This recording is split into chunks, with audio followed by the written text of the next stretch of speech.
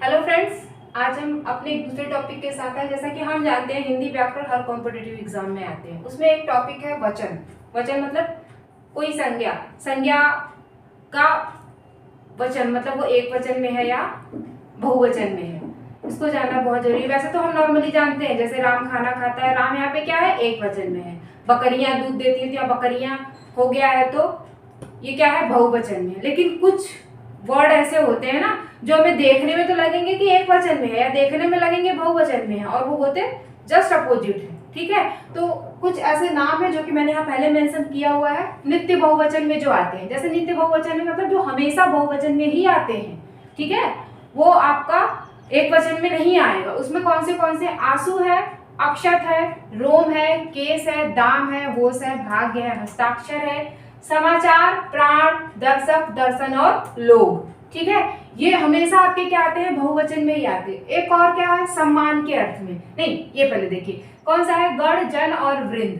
देखिए जैसे अध्यापक गण, अध्यापक गण मतलब उसमें एक अध्यापक नहीं है, उसमें ढेर सारे अध्यापक आ जाते हैं। ठीक है, गण मतलब एक मुनि नहीं है, उसमें ढेर सारे मुनि आ गए हैं, ढेर सारे भक्त आ गए हैं। ठीक है ना, वृंद मतलब ढेर सारे मुनि, उसमें कोई एक नहीं है।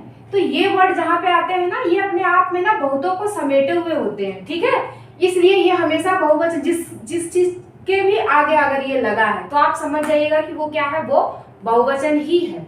देन सम्मान के अर्थ में, जैसे क्या, पिताजी आए हैं। ठीक है ना, पिताजी आया है नहीं, ठीक है ना, पिताजी आए हैं। तो यहाँ पे आए हैं क्या है, ये बहुवचन में है, तो यहाँ पे पिताजी क्या आएंगे, पिताजी यहाँ पे आपके बहुवचन में ही आएंगे। ये फंसाने वाले क्वेश्चन आपसे पूछ लेगा कि ये एक वचन में है या बहुवचन में है। सम्मान के अर्थ में, जैसे भाई साहब चले गए, ठीक है ना, तो वो क्या, चले गए। उसके लिए हम क्या, सम्मान के अर्थ में जब भी हम कोई वर्ड बोलेंगे वहां पे वो वर्ड हमेशा बहुवचन में होगा, इसको हमेशा याद रखिएगा। अब आ जाते हैं हमेशा जो एक वचन में यूज होते हैं वर्ड, जो एक वचन में ही आते हैं। ठीक है, उसमें क्या है, भीड़ है, जनता है, पुलिस है, सहायता, झूठ, आकाश, पानी, वर्षा, व्यर्थ और सत्य।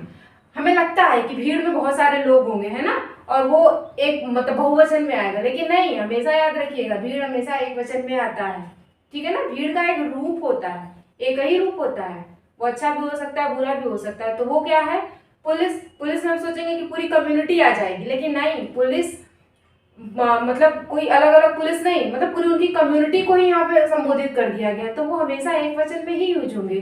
तो ये कुछ इंफॉर्मेटिव नॉलेज थी आपके लिए वचन के थ्रू, कि कौन से चीजें जो है वो एक वचन में आती है, जो हमें देखने में तो लगती है कि वो बहुवचन में या एक वचन में, लेकिन वो होती बिल्कुल अपोजिट है। तो उसको हमेशा ध्यान रख के इसको नोट डाउन कर लीजिएगा, ये बहुत इंपॉर्टेंट है आपके कॉम्पिटेटिव एग्जाम के लिए। Thank you friends, thank you so much.